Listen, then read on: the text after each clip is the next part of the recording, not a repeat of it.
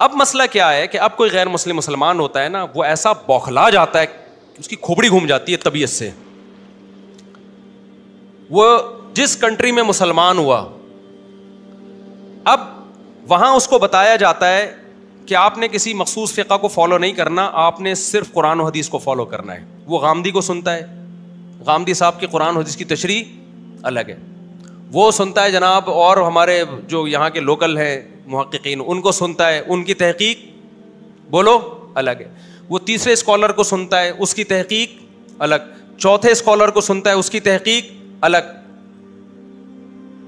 تو پھر جب وہ اسلامی لا کی طرف آتا ہے, اسلامی لا کی طرف آتا ہے نا کہ ماضی میں کس لا کو فالو کرتے رہے ہیں, تو اس کو 4 ہی لا ملتے ہیں, حنفی, شافعی, مالکی, حنبلی, جو یونیورسٹی میں پڑھائے جاتے رہے.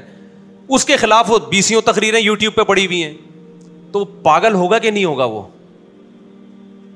ایک مولانا سے کسی نے پوچھا ساؤتھ افریقہ میں کہ یہاں جب غیر مسلم مسلمان ہوتا ہے, انٹرنیٹ پہ یہ فتویٰ پڑا ہوا ہے, افریقہ میں, ساؤتھ افریقہ نہیں افریقہ میں, تو اس نے کہا یہاں سارے مالکی فقہ کو فالو کرتے ہیں. تو جب ایک غیر مسلم مسلمان ہوتا ہے تو کیا وہ فقہ مالکی کو ڈائریکٹ فالو کر سکتا ہے؟ اب وہ چونکہ وہی اس ٹائپ کے مولانا تھے جو متجدد ٹائپ کے, انہوں نے کہا نہیں, اس پر لازم ہے کہ وہ قرآن حدیث سے تحقیق کرے کہ کس کا مسئلہ ٹھیک ہے, کس کا مسئلہ غلط ہے. میں نے کہا انہوں نے نا اس کی الجھن ختم کرنے کے بجائے کیا کر دی ہے, پہلے وہ یہ مہینوں تحقیق کرتا رہا کہ اسلام برحق ہے یا نہیں. اب رفع الیدین کے بھی مسئلے وہ پوری تحقیق پڑھے گا پہلے, پھر جن علماء نے رفع الیدین کے مسائل کا جواب دیا وہ بھی پڑھے گا, پھر امام کے پیچھے فاتحہ والا, پھر امام کے پیچھے آمین والا, زور سے آمین, آہستہ آمین, پھر رکوع میں رفع الیدین ہے یا نہیں ہے, ایک نماز, پھر آگے روزے ہیں.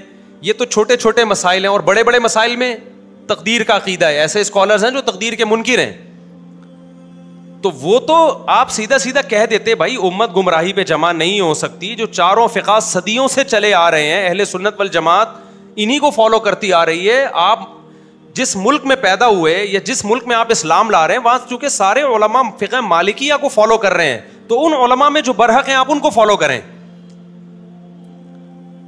یہ آسان جواب تھا, آپ نے اس کو الجھن ختم کرنے کے بجائے کس میں ڈال دیا, مزید الجھن میں ڈال دیا.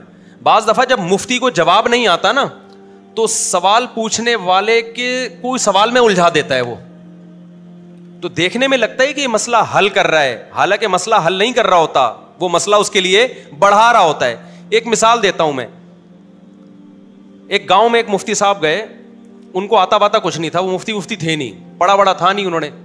اب لوگ مسائل پوچھنے کے لیے آتے ہیں, ان کو جواب نہیں آتا, تو انہوں نے کیا کیا کہ اپنے استاد سے مشورہ کیا کہ حضور میں نے تو مدرسے میں بنٹے کھیلتا رہا ہوں, مجھے آتا واتا تو کچھ ہے نہیں, اب لوگ مسائل پوچھنے کے لیے آتے ہیں تو میں کیا کروں. تو انہوں نے کہا کہ بھائی دیکھو سائل کو الجھا دو. اب دیکھو جو افریقہ سے جس سائل نے سوال پوچھا تھا نا کہ غیر مسلم مسلمان ہو رہا ہے تو وہ کنفیوز ہے, تو اس نے تو یہی کنفیوژن تو پیش کی تھی کہ صحیح کون ہے غلط کون ہے. اس کی تو اس کو قرآن حدیث ہی سے لگ رہا تھا, کبھی یہ وہ صحیح لگ رہا ہے, کبھی اس کی تو کنفیوژن یہی تھی, اور آپ نے اسی کنفیوژن پہ اور اسٹیمپ لگا دی کہ یہی کرنا ہے تم نے. تو کنفیوژن ختم ہوئی یا بڑھ گئی اس کی؟ اس کا حل یہ تھا بھائی امت گمراہی پہ جمع نہیں ہو سکتی.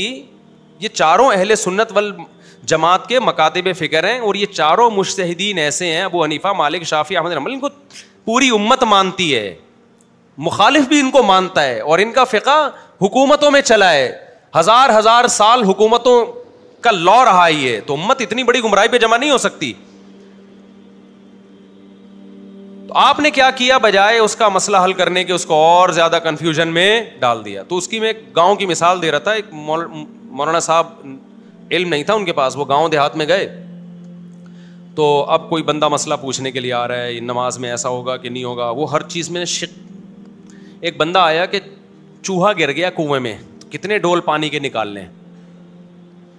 تو انہوں نے کہا جی اس کی پہلے تحقیق کرو کہ گر کے مرا ہے یا مر کے گرا ہے. ہر ایک کا حکم کیا ہے, جدا جدا.